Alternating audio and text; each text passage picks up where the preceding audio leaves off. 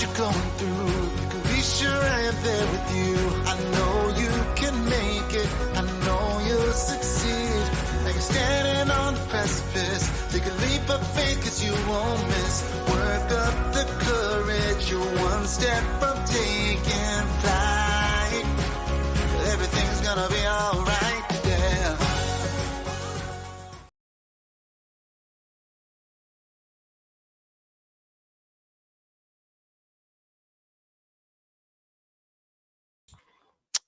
All right, everybody. Hello. Welcome, Internet. My name is Michael Tucker, here with Republicans for Harris, North Carolina.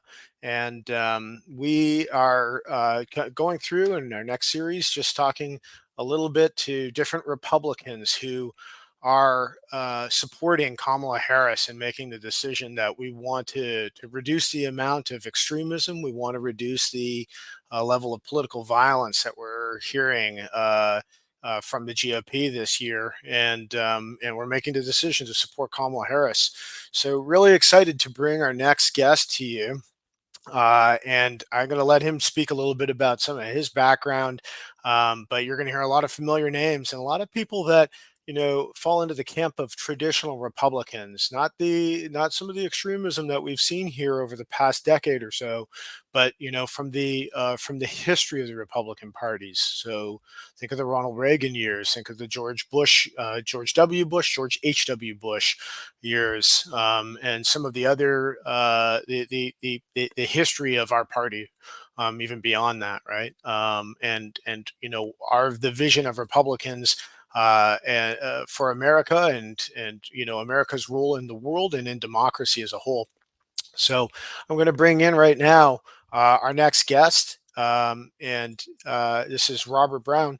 Robert, great to meet you. Let me take you off mute here for a second, and would love to basically have a little bit of an introduction here. But I think one of the big things to kind of note here is that you've been involved in campaigns at some of the highest levels in our state here in North Carolina. And one of the big ones to kind of mention is your involvement with John McCain's bid for president in 2008. So could you tell us a little bit about yourself and a little bit about your history as a Republican? Yeah. So like a lot of the folks you've had on and we've talked to as other Republicans who were supporting Harris in North Carolina, I was born in a Republican household. I was born in a Republican community. All my friends and everybody I knew was a Republican. And we kind of were taught a lot of the basic tenets of the Republican Party has always stood for. And as I went into college, I went to Appalachian State for my undergrad. And again, all of my friends and acquaintances were all Republicans and shared a lot of the same values and things that I thought were important. I took a year off and worked up in D.C. for a little while, and then later went to law school and was at Chapel Hill and had a little bit different experience in Chapel Hill. A lot more of my colleagues and fellow students and friends were left of the aisle, but I was involved in the Federalist Society, and through that met some folks who were involved in Senator McCain's campaign. And I've always had a lot of respect for Senator McCain, and really coming off the Bush years, I thought he was the perfect person for a time the world was in a lot of chaos and a lot of things were going on. And Senator McCain, of course, had the experience and the principles that I thought were necessary to lead our country at that time, and was fortunate enough to join the campaign really early on. So like March of 2007, I joined and helped out with kind of the North Carolina volunteer coordination, and then later kind of moved up the campaign. I worked down in Tallahassee underneath Buzz Jacobs as the Southeast Chief of Staff, and I was going all over the Southeast, in Florida and Georgia and Tennessee and North Carolina, doing different events and campaign stops and meeting a lot of really cool people, really interesting people throughout the Republican Party. Just a really interesting and neat experience. And then later on, when North Carolina kind of became a concern for the party and for the campaign, I moved into the role as the North Carolina State Director and had the opportunity to meet a lot of people throughout the 2008 campaign and really enjoyed that campaign. Of course, the outcome wasn't what we were hoping for, but that's kind of the nature of campaigns. I thought I was proud at that time to work underneath somebody who, really stood for fairness, who had nothing evil or wrong or mean to say about Senator Obama at the time. Said that he was a patriot and God-fearing man and somebody who loved his country. And they just had really strong disagreements on the policies, the direction of the country. And we fast forward now, where we're pitting neighbors against neighbors, and if you disagree with somebody, they're evil and they hate the country and everything's a conspiracy theory, and it's just such a drastic turn. And I hate to see that because, again, some of my best friends from law school were very liberal. Had folks that worked for Kerry and worked for Hillary and lots of other folks, but we had perfectly good conversations and talked about policies, and those disagreements and differences were things that I thought benefited the country. And of course, it's not something you get anymore, and I hate that. That's just one of the many, many problems that we've seen come about since having somebody like Donald Trump at the forefront of the Republican Party. Is that really is there a particular moment where you kind of realized, hey, I don't know that this is a candidate that I can really throw my support behind, or is it just kind of the general sentiments over the years that we've heard him speak and some of the rhetoric that he's talked about? I think from the beginning, one of the biggest arguments that I repeated over and over and over in the 2008 cycle was that Senator Obama had very little experience governing anything, that he'd been a very short, brief period of time in the Senate, but hadn't really done anything yet to justify leading the free world. And so right from the outset, when Donald Trump put his name in the hat, I thought, well, he has zero public service. He's done nothing but run his family's media empire. Those are concerning things. All the arguments that I made on behalf of Senator McCain had been kind of flipped around. So I had concerns right from the outset of, again, somebody who's never done anything for anybody other than himself, amassing that level of power. And of course, from there, everything's just gone downhill. I think more recently, we're starting to really see that he's not all there, that his mental health is declining. His visceral is getting angrier and angrier. He's, I think, just really out of touch with what's going on. I mean, his reaction to being scared or concerned about somebody is to belittle them and to throw out negative things. We saw that obviously with his statements about Senator McCain right from the outset. And we can expect that to continue. I think, as Kamala Harris continues to increase in the polls, as her campaign continues to generate energy and support, I think we can expect to see Donald Trump continue to deteriorate, get angrier and angrier. But I can't think of a particular moment that I thought, well, maybe he's going to really turn it around here. I feel like every day he digs himself a little bit deeper and makes things a little bit worse. Yeah, and just to kind of reiterate for maybe some of the people watching this who maybe weren't really active in politics in the 2016 campaign, Donald Trump had said some pretty inflammatory things. Ronald Reagan had that, what was that policy about not criticizing other conservatives, and Donald Trump just trampled all over that and criticized John McCain for even more so criticized for his record in Vietnam. And I don't know if I can remember it exactly, but something about not holding up heroes who are POWs, which is really shameful. He likes people who weren't captured. That's right. Yeah, it's just wild to me. I mean, if you go back and read Senator McCain's accounting of the time that he was in Hanoi, he jokingly referred to the prison camps in Hanoi as the Hanoi Hilton. And he really stuck by one of the basic tenets that our military holds of first in, first out. And his dad, of course, was a rear admiral serving in the area, had a lot of control and power. And once the North Vietnamese found out about that, they very quickly wanted to send him home in exchange and belittle him. And by the time that I had the opportunity to meet Senator McCain, he couldn't hold his arms up above his shoulders. And that was something he easily could have stopped at any time. Again, those stories, anybody can get back and look at Senator McCain's record and the sacrifices that he made for this country. And to have somebody like Donald Trump belittle that in any way, but to the extent that he's always demeaned anybody who he looks at as a threat.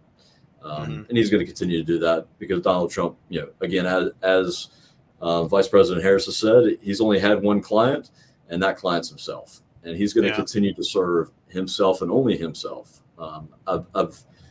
We've had lots of politicians throughout the course of our country that have done things that, maybe weren't in the country's best interest for their own personal benefit, but I've never seen anybody less principled than Donald Trump. Yeah, yeah. Listen, for everybody who's watching this, I've just put up our new website that we're launching out. It's called Republicans for Harris NC for North Carolina.com, and would highly encourage you to visit that if you want to hear more stories like what Rob is sharing with us right now from the McCain years, and with other principled Republicans who are standing up and saying what Donald Trump is doing is wrong, and that we're not going to support him in this campaign. And we're going to be supporting towards somebody who's a positive a candidate who has a vision for the country to move us forward and not kind of looking back in vitriol and revenge, basically running a campaign of revenge. Rob, what was what is an NC chair do? Like when you're thinking about campaigning, right, in your time as the NC chair, what is that for people that are looking to get involved in the campaigns, and Yeah. how does your relationship work with people, let's say that they're volunteering for the first time in a campaign? Yeah, so a lot of at least the state level stuff I kind of put in two categories. There's one category which is GOTV, get out the vote stuff. So you think of the kind of the traditional volunteering efforts, the phone banks, the door to doors, the knocking, the events, all that kind of stuff that a lot of our volunteers are putting a lot of effort into, because you can have a 3 and 4% swing just based off of your get out the vote efforts. So a lot of the individual county level offices, the victory offices that you'll see both for Harris and I'm sure on the Republican side too, are those GOTV efforts. A lot of times that's run by the DNC or the RNC. And then the campaign, oftentimes my job with Senator McCain was more building those coalitions of tapping into those networks that are already there. So, the hunters for McCain and the women for McCain and the teachers for McCain and all these different groups that have similar interests and, share a lot of the same values, and getting them activated to spread the message and explain why, in my case, Senator McCain and now Vice President Harris are the best choice for our country moving forward. So I think those are both really good opportunities. And of course, Michael, like you're doing here, you're finding a group of people that have a lot of the same common values and shared interest. A lot of us have been Republicans for a variety of reasons, but oftentimes share a lot of the same core values and what we want to have happen in the direction of our country. And this is an opportunity for us to kind of join together and talk about our experiences and explain why we believe that, despite the fact that obviously Vice President Harris is not a Republican, that she actually carries more of those same values that we carry and that are more important to us than any particular policy. So Yeah, definitely. I think of that when I think about like some of the statements that have been made about NATO and kind of protecting the alliance from Vladimir Putin and the Russians, and some of the threats that we're seeing there. It's really wild to me that that was obviously Senator McCain's primary background was in foreign policy. Of course, after Vietnam, he served as a Senate liaison to the Navy. All of his experience, of course, has been in the armed services and in foreign policy. And to me, he really carried the Republican mantra that, the United States is the most powerful country in the world. And to some degree, it is our responsibility and our duty to make sure that the free world continues and that, tyrants and dictators are put in their place and are protected from the free world. And of course, now we've got somebody at the head of the Republican Party who's an isolationist, who doesn't believe that we should have treaties and organizations and allies, and all he cares about is kind of what's in it for him. And that's really short-sighted. I mean, we can go back to any part of history and see that the countries who isolate themselves are not the ones who succeed. So again, I think that's another great example where, Vice President Harris really embodies much more so than Donald Trump some of the ideals that we hold dear as being current or past Republicans. Absolutely. Yeah. So a lot of these principles, I'm sure there are a lot of people that are watching this at home and going and nodding their heads, kind of like I'm doing as you're talking here, and thinking, yeah, that I remember that. I remember, Reagan standing at the Brandenburg Gate and saying, Mr. Gorbachev, tear down this wall, and standing up with our allies to be able to make those kind of statements. How how do you, if you, for those people that are kind of looking at this and going, well, great, I agree with that.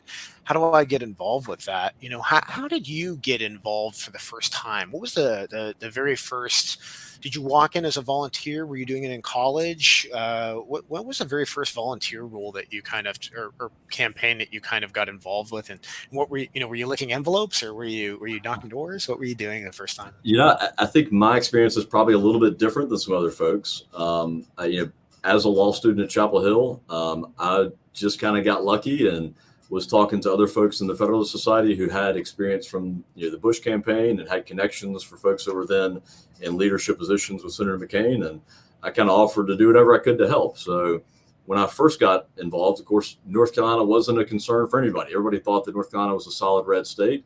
So my best use while still in school was just organizing the volunteers. So I kept databases and emails and we're sending out updates and trying to activate people and let them know what they could do and remind them how important the election was. And then, of course, that changed as North Carolina came on board and I entered into a different phase. But I would just encourage you to find an event in your area to go check out. The Harris campaign, the Harris Walz campaign has done a really good job of organizing stuff on the bottom level local politics stuff. If you go to the Harris campaign's website, you can sign up for updates for local events in your area, and you can do the same thing from for instance, I'm in High Point, so the Guilford County Democratic Party has got the same kind of thing. If you're not sure that those are the people you want to hang out with, well, just go to an event, right? Go see if those are the kinds of folks you're willing to talk to and find out where they need you. I can't tell you how important, how much of an impact little things like phone banking can do. Go meet some folks, share your stories, talk about what it is that makes you curious about or supporting Vice President Harris, and pick up the phone, right? A lot of those things you can do from your home. You can do virtual events left and right. But I think it's that first step of doing something. If you're comfortable doing something virtually, do something virtually. If you want to go meet people in person, find something in person that's in your area and go check it out. I think everybody kind of has a different niche of what they feel comfortable doing, what they've got the time, effort, and energy to put in. But that's one of the great things about, the Harris campaign is that it's got a really broad level of support. There's people from all walks of life at all ages, at all backgrounds, and you can find something to do that fits with your situation. Okay. Let me just pivot there for a second here as you're kind of going through this, and also kind of say if anybody's watching this and you're wondering, well, what's happening in my area? You can go to this website that we just showed here. It's mobilize.us, and that's what the North Carolina Democratic Party is using to be able to post up all of the upcoming events. And it's kind of neat. It's like it'll pop up a little map. We'll do a separate video that'll kind of talk through a little bit about how to find that, but it'll give you a map of your local area, wherever you are, whoever's watching this, and it'll show you some of the nearby campaigns, the nearby events that are happening as well. And so we'll put a link to that again on our website at republicansforharrisnc.com. Thinking back, as you work through different campaigns, now I've been doing campaigns for 10 years as a volunteer and in different roles, in digital usually. And there's been some moments, some stories that they're just fun. The first campaign I won when we went to go to the celebration party, and I lost my voice from just shouting so loud with everybody, right? Or even, kind of a strange one, right? We're doing a candidate endorsement, and so you're outside and you have another candidate or another public figure that is endorsing your candidate, right? And I'm holding a sign in the background, and as we're going on air with all of the local television networks, a swarm of wasps attacks everybody. Oh Lord! And we're on air, so we're trying to hold the sign still while not getting bitten by a wasp. Or things like, we were doing manual data entry actually for all of the. Whenever you go door knocking, door to door, usually you'll take a tally and you'll kind of say, well, is this person in favor of my candidate or not in favor of my candidate? And you want honest data so that you know on election day who to spend the time with. And it must have been maybe 11:30 at night, and everybody's just like, oh, we're exhausted. You want to get a pizza and just hanging out at the campaign headquarters with getting a slice of pizza and just kind of decompressing after a long day. Some of the closest friends and relationships that I have forged have been in those kind of moments. You have moments like that yourself that you can think back to in your memories?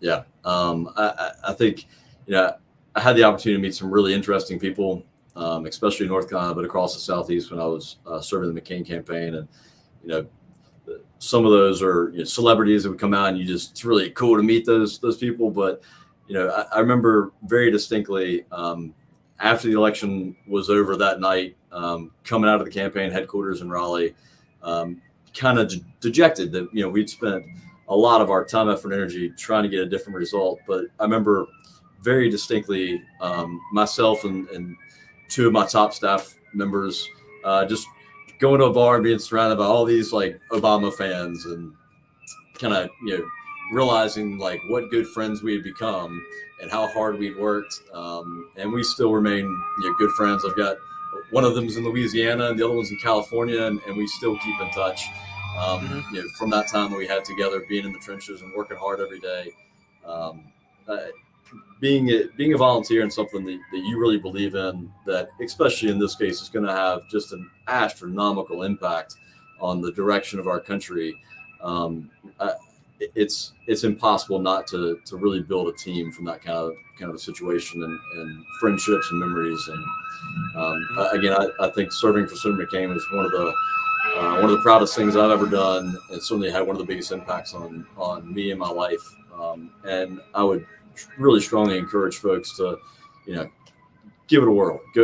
Go join something, try out and see how you like it, because there's just so many different opportunities to help out, and to be involved.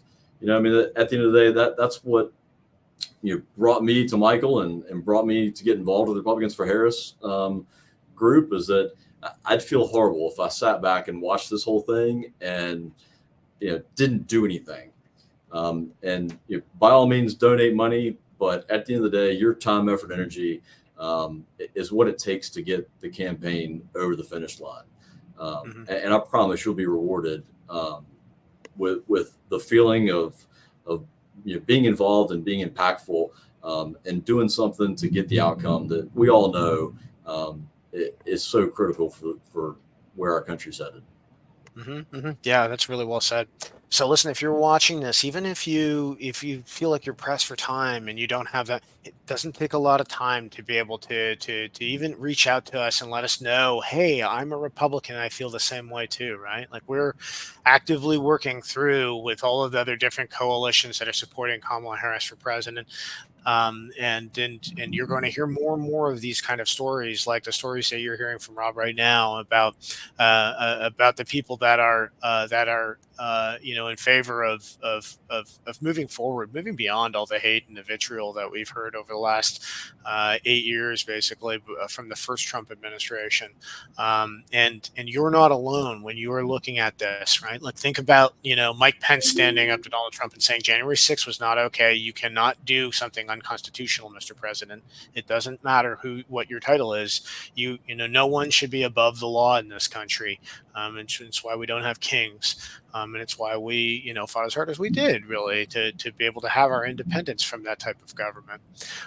But irrespective of that, just let us know that you support the cause, and that you're going to do the same thing when you are in the ballot box too, and vote against Donald Trump and for Kamala Harris to kind of move forward in this election. Rob, really grateful to have you involved in all of this, and Just a couple of things. I guess one thing, first off, too, with just some of the first responders in the background there, we really want to salute them and then thank them all for their services as well, too. And I think that that's something that, that's kind of a vision of America that John McCain really stood for.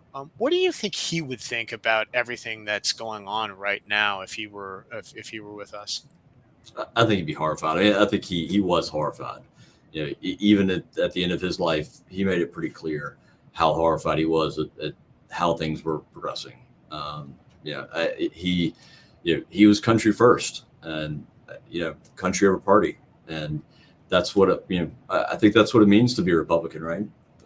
We have principles and values, and that we're not a cult, right? We're not following somebody no matter what they do. And I think that's kind of to me, one of the biggest goals of Republicans for Harris, right? And specifically, Michael and their hard work is to get as many people together to do kind of two things. I mean, one, show other Republicans that it's okay, right? That you're not alone. There are lots and lots of people who have Republican values and stances and beliefs and policies who are supporting Vice President Harris. And the more people, just like Michael said, that can let us know that, that gives us an opportunity to tell more and more people, look, there's a huge group of us, right? You're not alone. Join us, have your voice heard. The other thing I want to point out is that just yesterday, Vice President Harris, on her interview with CNN, said that she was absolutely going to appoint a Republican in her cabinet. Again, that's it rings so true to me to go back to the values of Senator McCain. One of his best friends throughout his entire political career was Joe Lieberman, right? Not exactly a Republican bulwark, but they were great friends. He was good friends with lots of people across the aisle. And he said on the campaign stump the exact same thing, that he expected and wanted people to be part of his organization, because he knows that just because you're in a different party doesn't mean that you can't agree on some things or that don't have a valuable input. I think it's clear when you look at Trump versus Harris, they're completely opposite when it comes to that. If you don't bow down and kiss the ring, Trump's going to come after you with everything he's got. And Harris, on the other hand, is standing there with open arms, asking for feedback, asking for input, and asking for help as she starts to lead this country. So, again, I think the more people we can get in North Carolina and across the country who have those Republican ties to say and stand up and say that enough's enough. It's time to put somebody back in the White House that can lead from a principled standpoint. That's great. Yeah, really great. Thank you so much, Rob. That's one of the, so Joe Lieberman's a great example of somebody who later on in his career became an independent, but was still welcomed by the Democratic Party as a contributor. And that's what Senator Bernie Sanders is like as well, too, right? Right. I can't say that I agree with any of those people necessarily on public policy, but, Sure. they have the Democrats have at least been open to be able to take our feedback, for example, as Republicans, and say, okay, we're going to disagree on some things, we're going to agree on some other things, right? But we all stand together as Americans in the spirit of democracy. And so if you're listening to this and this is resonating with you, and you want to stand with us in the spirit of American democracy and the Constitution and all the things that our founding fathers fought so hard to be able to protect and enshrine into our Constitution, then I would ask you to join us. So come visit republicansforharrisnc.com, like us on Facebook, follow us on YouTube. We'll be putting some comments, share with your friends, tell the people at your church about this, talk to your schools. If you've got kids that are in college, let them know about this, right? It's really important that we stand up, especially in this election, because we want peaceful, free, and fair elections to be able to happen in our future. It's the right that we've all had as Americans up to this point, and it's the right that we want to be able to continue to provide for future generations of Americans as the years progress. So thank you so much, Rob, for standing up for these principles and for joining with us. And we hope to have more and more discussions like this with you and with other people as we move forward in these last couple of months before the 2024 election. Thank you, Michael. We really appreciate all the work you're doing to create an organization of those of us who kind of feel out of our party, been kicked out and looking for a place to land. So we appreciate your help. Great. Thank you so much. Okay.